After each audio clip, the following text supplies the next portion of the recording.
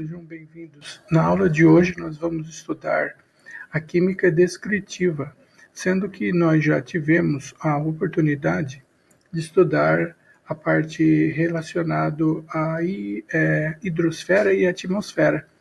E hoje nós vamos estudar a química descritiva da parte sólida do nosso planeta, que é a litosfera.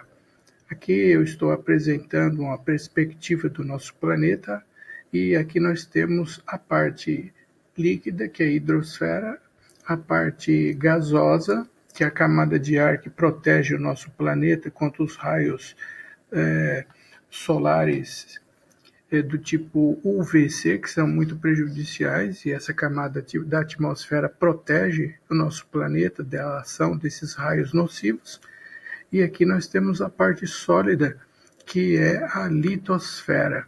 Vamos fazer um corte aqui transversal do nosso planeta para tentarmos visualizar melhor as camadas da litosfera da parte sólida. Muito bem, senhores, aqui fazendo um corte transversal do nosso planeta, aí nós conseguimos visualizar as camadas da litosfera, que são constituídas da parte interna, que é o núcleo, e aqui depois nós temos a litosfera, que é a parte mais superficial, a stenosfera, mesosfera, e aqui o núcleo externo, antes de chegar no núcleo interno. Eu vou mostrar para vocês agora esse corte transversal sobre outra perspectiva, para ficar mais fácil em termos de extensão da localização dessas camadas aqui. Aqui nós temos então a crosta terrestre praticamente, né, que é a litosfera que eu acabei de mostrar para vocês, que vai de 0 a 40 quilômetros, onde está localizado as nossas rochas e minérios, e aqui na parte do manto está localizada uma parte líquida, podemos dizer assim, um material que está constantemente em formação, que nós chamamos de magma. Vamos desenhar o magma aqui, ó, mais ou menos nessa região aqui do manto, certo? Aqui está o magma. Esse magma, ele tem uma constituição, como eu disse, líquida, proveniente da formação das rochas. Ele tanto acaba originando a rocha, como a rocha, por sua vez, acaba se transformando em magma. Vamos agora mostrar para vocês como ocorre essa transformação do magma em rocha e da rocha em magma. Muito bem, agora que nós temos aqui o magma, já sabemos a sua localização, ele está localizado aqui na crosta terrestre. Vou mostrar para vocês uma outra perspectiva, onde mostra a formação das rochas a partir do magma e depois as rochas que acabam se transformando no magma. Aqui está esse método, esse modelo, esse desenho mostra bem isso aqui para você. Aqui está o magma, tá? E nesse ponto aqui, que eu vou chamar de número 1, o magma, ele vai ser transformado em rocha ígnea plutônica, tá? O que é uma rocha ígnea plutônica? Ela é constituída, ela é formada aqui dentro da rocha, na parte interna. Então nós chamamos essa rocha ígnea também, e um outro nome muito utilizado é que ela pode ser denominada de rocha ígnea intrusiva, que significa que ela está formada dentro da rocha, proveniente da solidificação do magma. Agora, se por um acaso esse magma que acaba se solidificando, cristalizando nessa rocha chamada intrusiva, Rocha ígnea intrusiva, quer dizer que ela é formada dentro da rocha, o magma que cristalizou dentro da rocha. Aí nós temos a rocha ígnea plutônica, como exemplo nós temos o granito. Mas uma parte dessa rocha, ela pode ser transformada em uma rocha ígnea chamada extrusiva. Quer dizer que ela foi formada fora da rocha, fora do manto, que é aquela camada superficial da litosfera.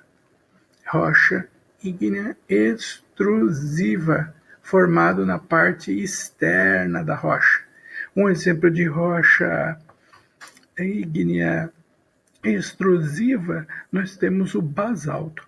Aí, devido a essa rocha ígnea vulcânica, tá, que é formado na parte externa, devido à presença das intempéries, como o vento, como a chuva, como o sol, até poderemos levar em consideração maresia ou neve, esse material ele começa a sofrer um processo que nós chamamos de intemperismo.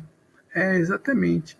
Esse processo conhecido como intemperismo é quando a rocha vai sofrer um desgaste. E esse desgaste da rocha, devido a essas intempéries, como vento, sol, chuva, neve, como eu falei, esse material ele começa a sofrer uma erosão.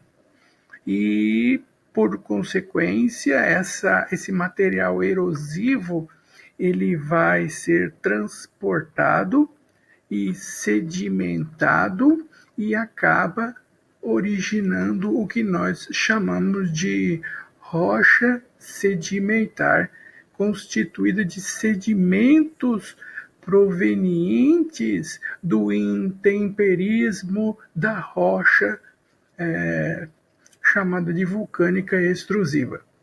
Bom, essa rocha sedimentar, ela é constituída de um mineral, vou colocar aqui, de uma matéria orgânica de origem mineral, ou ela pode ser formada a partir de um material chamado de orgânico, como, por exemplo, quando você encontra materiais orgânicos que há milhões de anos atrás foram depositados e que, por sua vez, originaram o que nós chamamos hoje de carvão, o carvão mineral.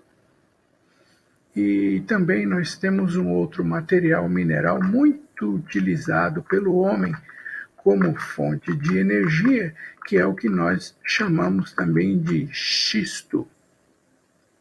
Carvão mineral ou xisto.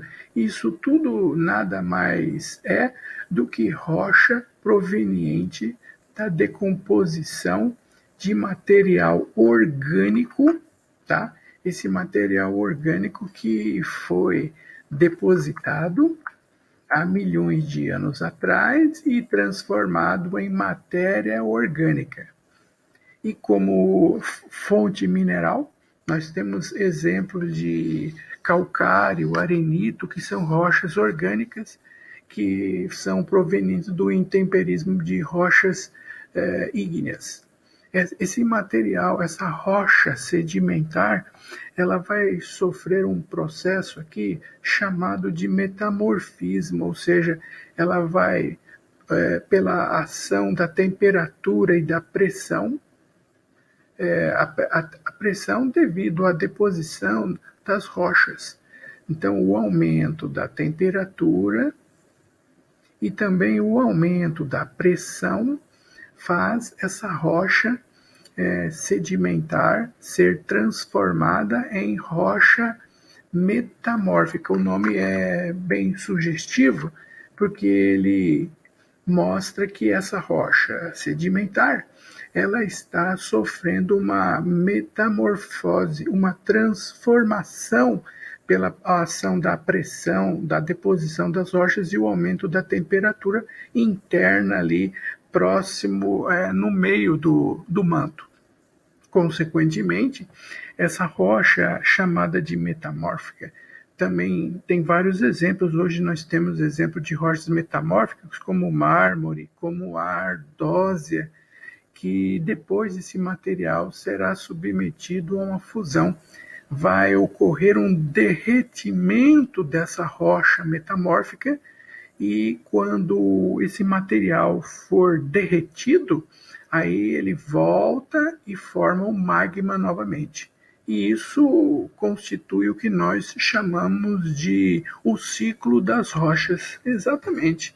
Aí depois, esse magma proveniente da fusão das rochas metamórficas, ele vai novamente sofrer uma cristalização, depois uma solidificação, que é a primeira passagem, tá? E se transforma em rocha magmática intrusiva, se for formado dentro da rocha. Caso ela seja formada fora da rocha, aí ela é chamada de rocha ígnea extrusiva. Essa intrusiva é chamada também de plutônica, e essa rocha ígnea extrusiva, quer dizer, formado na parte externa, né, do manto, aí ele é denominado de rocha ígnea vulcânico-extrusiva.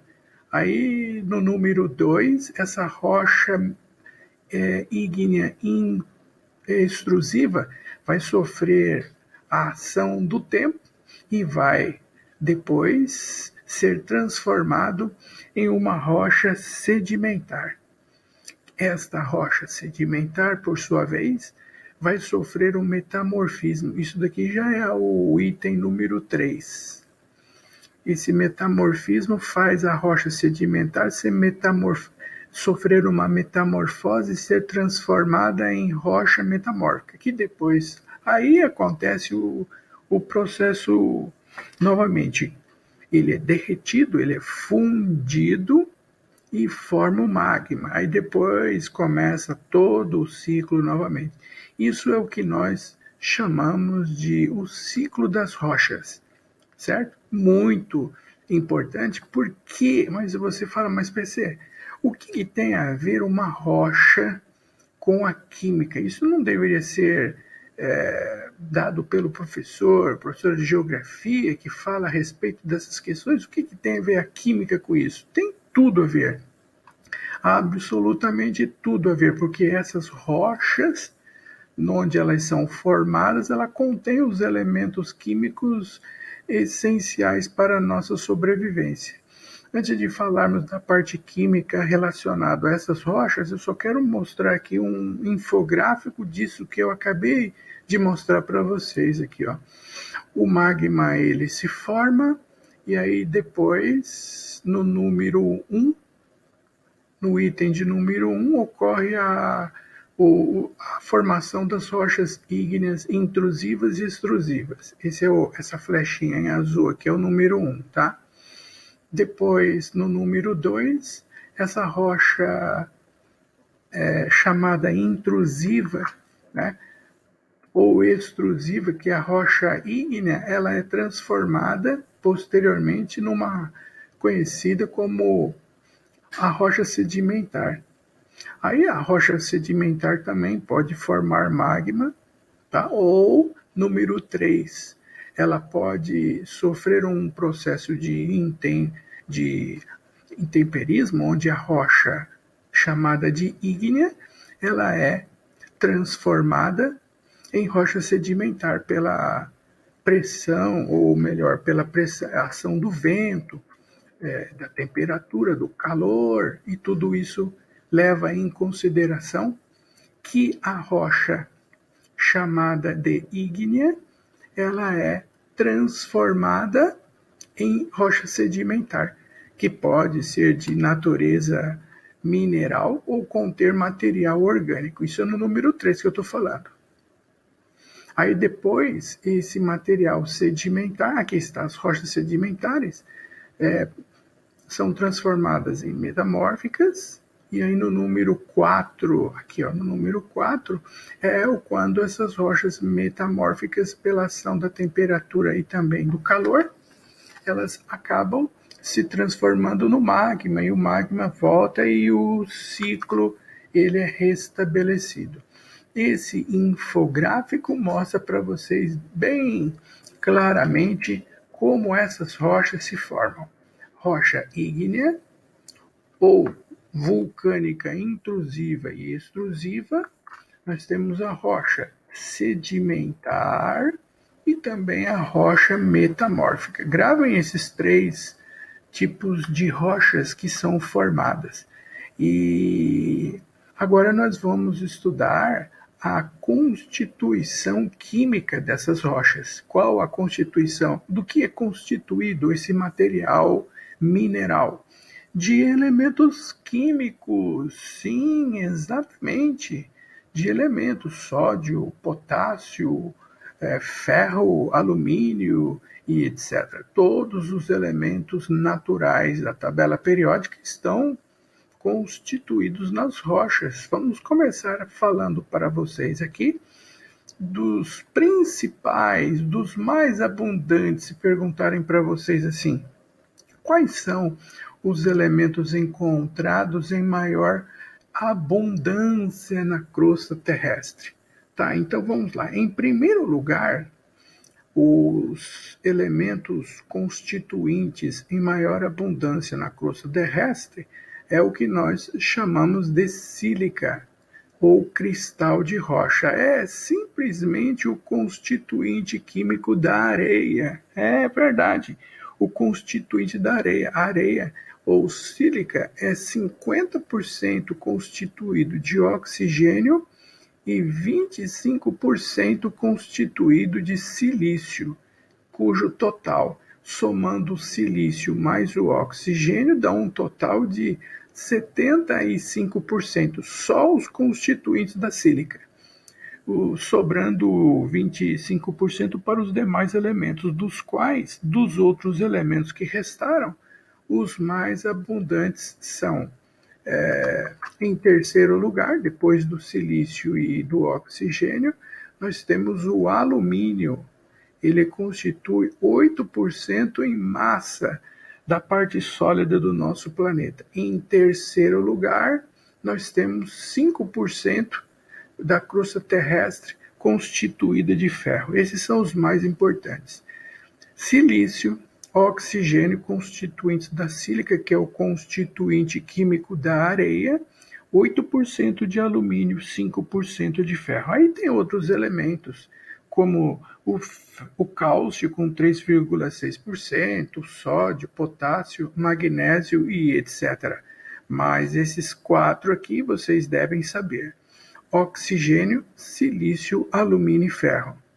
Muitos desses elementos aqui são encontrados na forma combinada, em forma de minérios, e poucos são constituídos na forma não combinada. Quer dizer o que forma não combinada? Forma livre. Né? Os metais encontrados na forma livre, não combinada, são os chamados metais nobres. Né? Ouro, prata e também a platina. Ouro, prata e platina são os chamados metais nobres, raros também e de alto custo. Eles são encontrados na forma não combinada, e dos metais encontrados livres nós temos o átomo de carbono, nós temos também o oxigênio, o carbono na forma de grafite, diamante, oxigênio na forma de substância simples, que nós conhecemos como O2, o nitrogênio na forma de N2, carbono, oxigênio, nitrogênio e também o enxofre na forma alotrópica, conhecida como rômbico e monoclínico. Agora, quando um elemento encontrado na forma livre, que são esses aqui, extraídos puros, não combinados, aí você me pergunta, e quando um elemento como o alumínio, como o ferro, por exemplo, eles não são encontrados na forma livre? Como que eles são encontrados então? Aí eles estão na forma combinada, que constituem os chamados de minérios. Sim, exatamente. Esses são os constituintes das rochas, rochas ígneas, sedimentares e metamórficas. São constituídos de minérios, certo? E aqui eu vou mostrar para vocês os principais minérios encontrados na crosta terrestre. O primeiro é o cloreto de sódio, que é encontrado tanto na água do mar quanto na litosfera. Na parte sólida do nosso planeta, o cloreto de sódio, ele é extraído na forma de sal gema, aquele sal grosso utilizado para a alimentação do gado. Aqui nós temos a principal fonte de sódio e também de nitrogênio na litosfera, que é conhecido como salitre. O salitre é o nitrato de sódio, que é a principal fonte, repito, de nitrogênio e de sódio da crosta terrestre. Inclusive, o país do nosso planeta que tem a maior constituição, a maior quantidade de salitre no nosso planeta é o Chile, no deserto do Atacama. É exatamente o famoso salitre do Chile. É o nitrato de sódio, que inclusive é um dos principais constituintes da pólvora chinesa. Exatamente. A pólvora, ela é constituída de 3 constituintes: o enxofre, o carvão e o salitre. O salitre constituinte da pólvora é o nitrato de sódio. Lá do deserto do Atacama é a maior reserva de salitre do nosso planeta. Na forma de carbonato de cálcio, nós temos o conhecido como calcário ou mármore. Essa é a principal fonte de cálcio da crosta terrestre: calcário ou mármore. Mármore, lembrando que eu já falei sobre ele há poucos minutos atrás, ele é um dos constituintes da rocha metamórfica. Aqui nós temos uma das principais fontes de ferro do nosso planeta, o metal muito abundante, principalmente aqui no nosso país, né, no Brasil, lá no estado de Minas Gerais, também encontrado em proporções também bem elevadas no Pará. Nós temos a hematita. A hematita é a principal fonte de ferro do nosso planeta. Outra fonte de ferro chama-se magnetita, que é o Fe3O4, que é a conhecida como pedra ímã natural. É bom colocar essa observação aí. Isso é importante tomar conhecimento também, tá? Magnetita é o Fe3O4, conhecido também como pedra ímã natural. Deixa eu apagar isso aqui e vou repetir. Pedra ímã natural.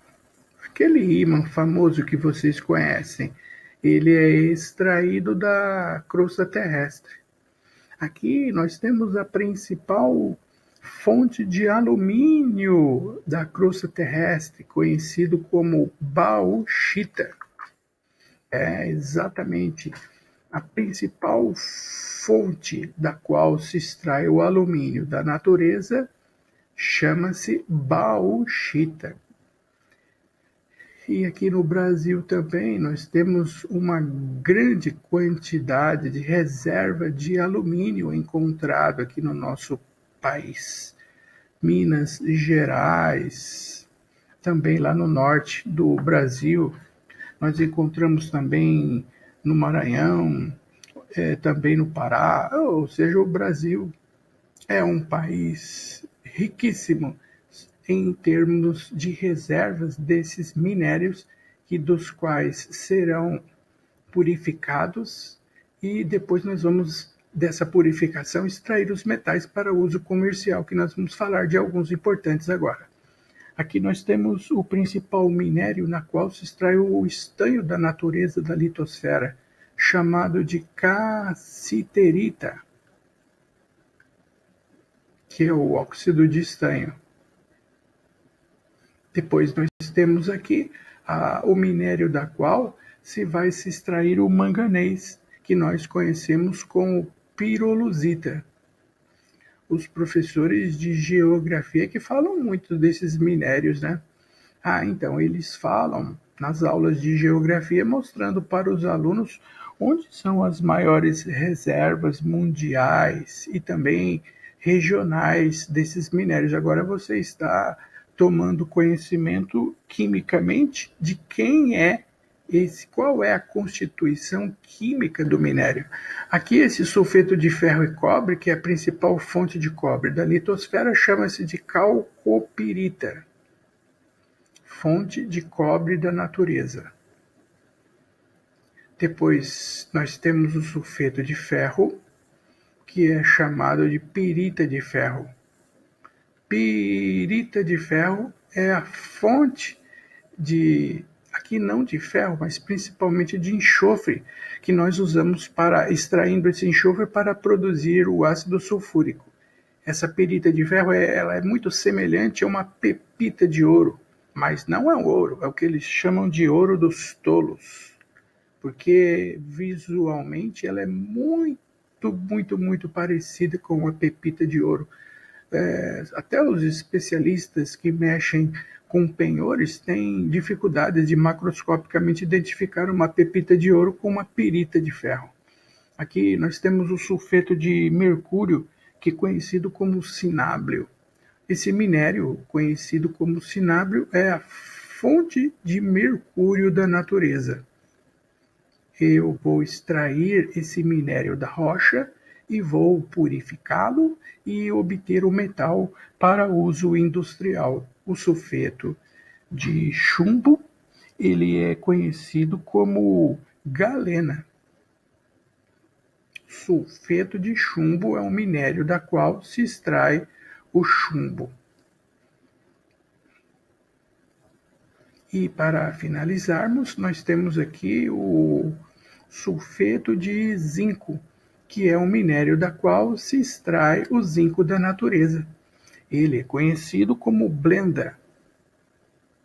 Bom, aqui vocês tiveram uma noção, um conhecimento superficial de que os constituintes das rochas são os minérios.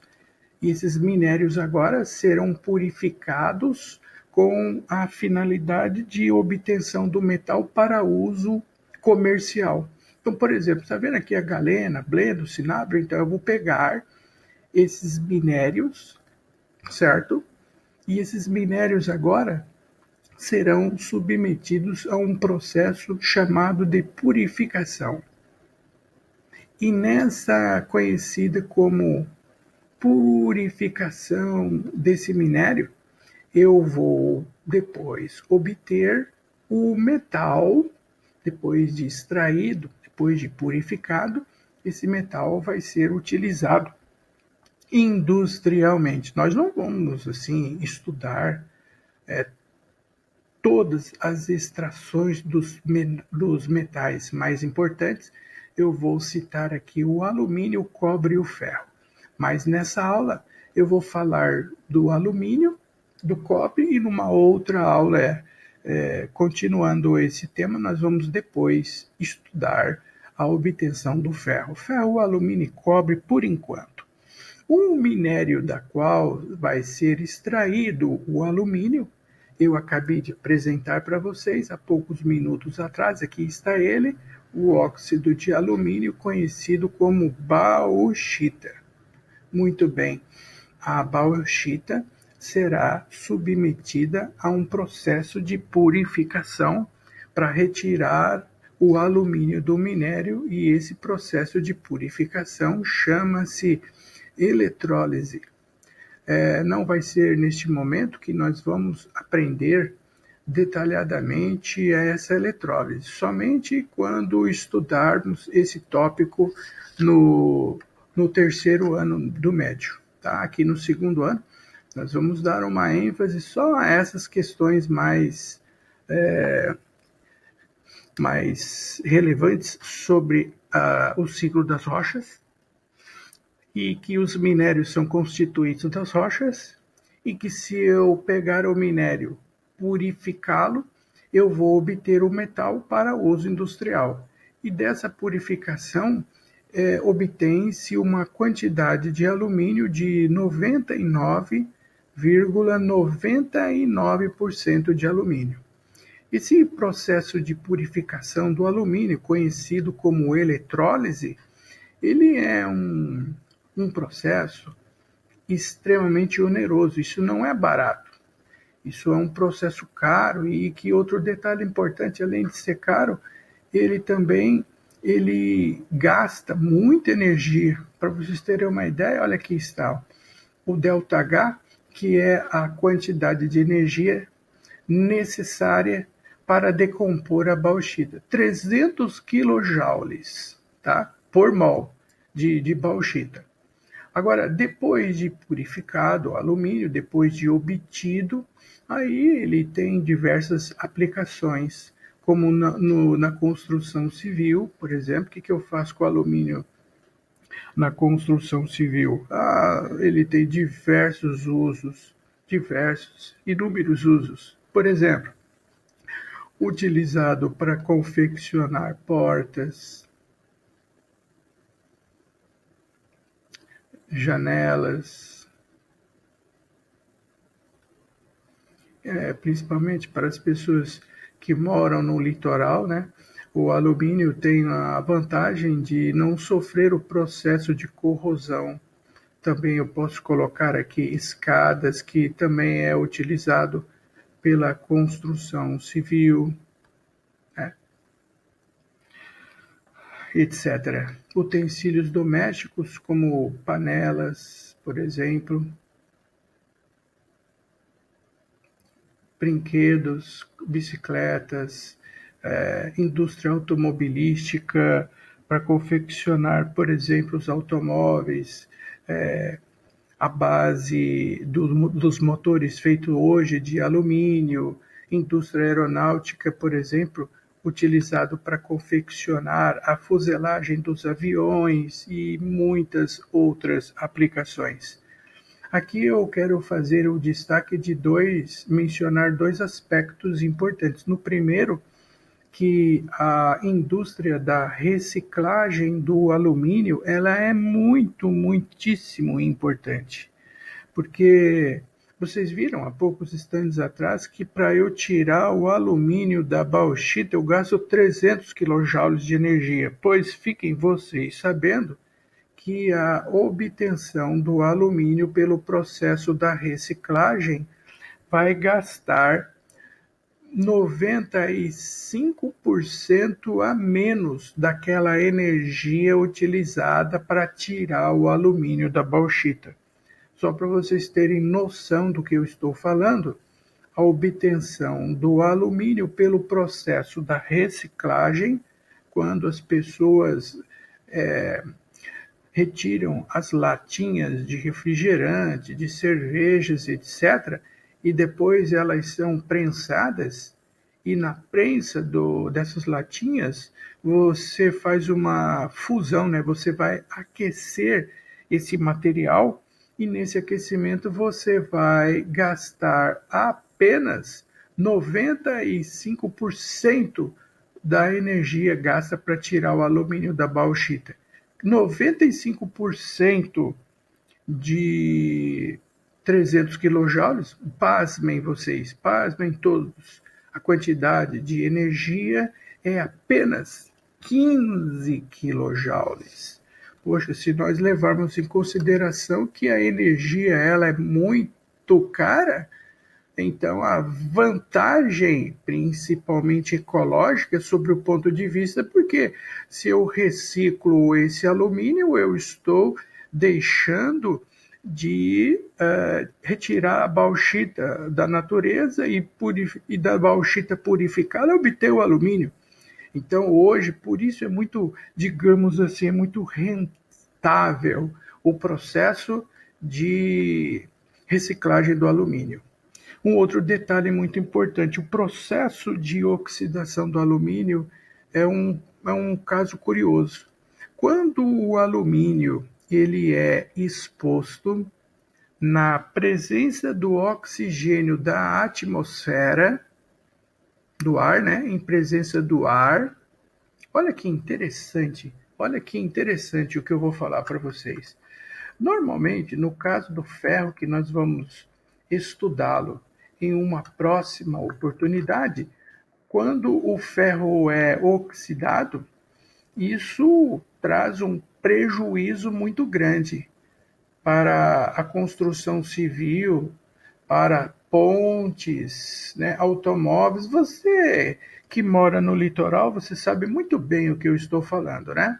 Agora, quando o ferro oxida, isso causa um grande prejuízo, porque esse material deteriora e, consequentemente, tem que ser substituído. No caso do alumínio, a sua oxidação ela é benéfica, sabia? Como assim benéfica? O alumínio não corrói como o ferro? Na verdade, a superfície do alumínio que vai sofrer a oxidação na presença do oxigênio do ar forma uma película microscópica na superfície do material de óxido de alumínio, que nós conhecemos como camada passivadora. Olha que interessante. No caso do alumínio, é positivo, vamos dizer assim, o fato do mesmo sofrer oxidação, porque forma, eu vou repetir, uma película microscópica, claro, né? Chamada de camada passivadora que protege o alumínio que está abaixo desta película de sofrer oxidação, tá? E alguém me perguntou um dia numa aula, mas professor, se eu, por exemplo, pegar a minha escadinha de alumínio que está na minha casa e depois eu passar uma esponja de aço, eu retiro essa camada passivadora? Sim, você retira essa camada passivadora, mas o alumínio que fica exposto, automaticamente ele acaba depois oxidando e formando novamente essa camada passivadora, tá? Eu quero finalizar essa aula falando agora para vocês do processo de purificação e obtenção do cobre. O minério da qual o cobre é extraído, eu falei há poucos instantes atrás, é esse sulfeto de ferro e cobre que eu chamo de calcopirita. Esse é o composto que vai ser submetido a uma reação de oxidação ou combustão que nós chamamos tecnicamente de ustulação. Ustulação da calcopirita, ou seja, é uma reação de combustão ou queima do minério. Tecnicamente, meus amigos, ustulação é o cozimento do minério. Ele vai ser cozido, exatamente. E nesse cozimento, na reação com o oxigênio do ar, forma-se o óxido de ferro, forma óxido de enxofre e obtemos uma quantidade de cobre nesse processo de 98% de pureza. Diferentemente, no caso da eletrólise da bauxita, né, que obtinha um alumínio praticamente puro, agora não. Agora, no caso do cobre, ele vai ser, nessa purificação, nesse processo de cozimento, obtém-se apenas 98%. Mas para eu usar o cobre Por exemplo, na construção civil, na confecção de fios, eu preciso de um cobre puro. Como é que eu aumento a pureza do cobre? Aí você vai pegar o cobre que foi obtido e submetê-lo ao mesmo processo da bauxita, o chamado de eletrólise. Essa palavra significa lise, decomposição, através de corrente elétrica. E nessa decomposição por corrente elétrica do cobre impuro, aí nós vamos obter o cobre, o metal cobre, com uma pureza de 99,9% de pureza. Agora sim, obtemos um cobre de uma pureza desejável para fazer uso industrial. 99,99%, que tem umas pequenas impurezas de 0,01% que não vão causar problemas. E o que eu faço com esse cobre com 99,9% de pureza? O cobre tem diversas aplicações, principalmente na construção civil. Tá? Então, o que eu posso fazer com cobre na construção civil? Eu vou citar aqui alguns exemplos para vocês. Na construção civil, esse cobre pode ser utilizado para confeccionar aqueles famosos fios de eletricidade, que nós temos em nossas residências. Fios de eletricidade. O que mais? Na construção civil, encanamentos também. Para transportar água aquecida tem que ser feito em canos de cobre, material caro e cuja reciclagem é muito atrativa.